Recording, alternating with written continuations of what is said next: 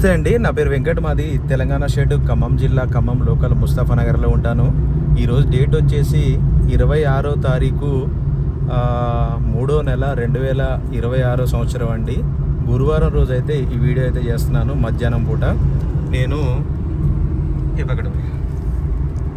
ఈరోజు మార్నింగ్ బయలుదేరి ఢిల్లీ నుంచి జమ్మూ కాశ్మీర్ వెళ్తున్నానండి, కాట్రా అనే ప్రదేశానికి. అక్కడి నుంచి మన వైష్ణోదేవి మాత అని ఉంటుంది, ఇక్కడ అమ్మవారు దర్శనం చేసుకుందామని చెప్పేసి అని అయితే అనుకోకుండా ఒక వెహికల్ అక్కడ డెలివరీ ఇచ్చేది ఉందన్నమాట కాట్రాలో. అంటే ఢిల్లీ నుంచి ఒక 650 కిలోమీటర్లు ఉంటుంది కాట్రా. అక్కడ డెలివరీ ఇచ్చేది ఒక బండి అయితే ఉందండి. నేను నమ్మింది కాదు అది. ఇక్కడ నేను రెగ్యులర్గా కంటైనర్ ద్వారా బండ్లు పంపిస్తూ ఉంటాను కదా.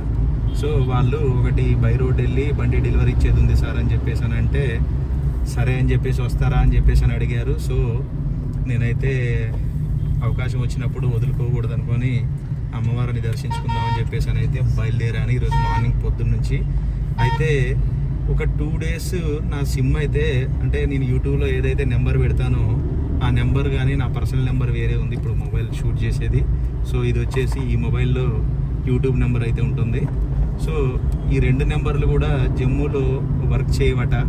ఎందుకంటే అక్కడ ఓన్లీ పోస్ట్ పెయిడ్ సిమ్స్ అను, తర్వాత అక్కడ లోకల్ సిమ్లు మాత్రమే పనిచేస్తాయని చెప్పేసి అంటున్నారు.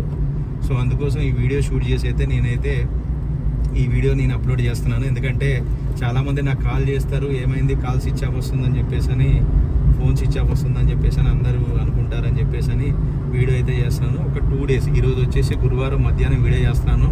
రేపు అమ్మవారి దర్శనం చేసుకొని రేపు నైట్కి మళ్ళీ నేను ఢిల్లీకి అయితే రిటర్న్ అవుతాను. ఈ బండి అక్కడ ఇచ్చేసి మళ్ళీ రిటర్న్లో మన ట్రైన్కి అయితే నేనైతే మళ్ళీ న్యూఢిల్లీ అయితే చేరుకుంటానండి. నెక్స్ట్ మంత్లో కూడా నేను ఢిల్లీలోనే ఉంటాను. ఎవరైనా రావాలనుకుంటే 100% రావచ్చు, ఇబ్బంది ఏం లేదు. సో ఇప్పుడు జమ్మూకి అయితే నేనైతే ఇంకొక 1 అవర్లో అయితే రీచ్ అయిపోతాను.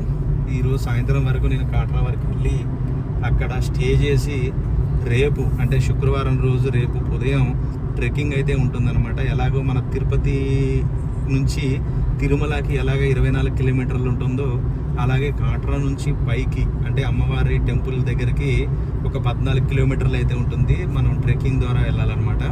సో ట్రెక్కింగ్ అయినా చేయొచ్చు, గుర్రాలు ఉంటాయి, గుర్రాల ద్వారా అయినా పైకి వెళ్ళొచ్చు, తర్వాత పల్లకీలు ఉంటాయి, ఆ విధంగా వెళ్ళొచ్చు. సో హెలికాప్టర్ కూడా ఉంటుంది. ఇదంతా మంచు ప్రదేశం అండి. ఈ టైంలో వస్తే మనకి మంచు అనేది మనకి కనిపించదు. పోయిన నెల కానీ ఆ పోయిన నెల కూడా మొత్తం స్నోఫాల్ కురిసింది. ఇదంతా కూడా చలి విపరీతంగా అయితే ఉంటుంది. చాలా అమ్మవారు అంటే ఇక్కడ చాలా ఫేమస్ అండి. మనకి తిరుపతి వెంకటేశ్వర స్వామి ఎలాగో ఇక్కడ వైష్ణోదేవి అలాగనమాట. ఇక్కడ అందరూ కూడా వైష్ణోదేవిని తలుచుకుంది ఏ పని కూడా మొదలుపెట్టరు ఇక్కడ. ఆఖరికి మన ఇండియన్ ఆర్మీ కూడా ప్రతి ఒక్కరు కూడా వైష్ణోదేవికి దండం పెట్టుకున్న తర్వాతనే ఎక్కడికైనా వెళ్తారు. వాళ్ళందరినీ ఆ మాతే కాపాడుతుందని చెప్పేసి అని అయితే వాళ్ళ నమ్మకం అనమాట. సో అంత ఫేమస్. కాకపోతే మన వాళ్ళకి చాలా తక్కువ మందికి తెలుసు. చాలా బాగుంటుంది. సో అవకాశం వచ్చింది కదా దర్శనం చేసుకుందాం అని చెప్పేసి అని అయితే నేను ఈరోజైతే వెళ్తున్నాను. చాలా ఎగ్జైటింగ్గా ఉంది నాకైతే. ఎప్పుడు హడావుడిలో అంటే ఢిల్లీలో ఉండి కార్ల కోసం వెతకటం, తిరగటం, వీడియోలు చేయటం, ఫోన్స్ మాట్లాడటం, ఇదే హడావుడి జరిపోయింది. సో అనుకోకుండా అవకాశం దొరికినప్పుడు వదులుకోకూడదని చెప్పేసి అని నేనైతే అమ్మవారు దర్శించుకోవడానికి వెళ్తున్నాను. ఎవరైనా ఫోన్ కలవకపోతే వాట్సాప్ కాల్లో కూడా ట్రై చేయొచ్చు. ఒకవేళ అక్కడ సిగ్నల్ నెట్ ఏమైనా దొరికితే, వైఫై ఏమన్నా, నేనైతే వాట్సాప్ కాల్లో అయితే అవైలబుల్గా ఉంటా. రేపు ఒక్కరోజు అండి, ఎల్లుండి నుంచి మళ్ళీ నేను మీ అందరికీ అవైలబుల్లో ఉంటాను.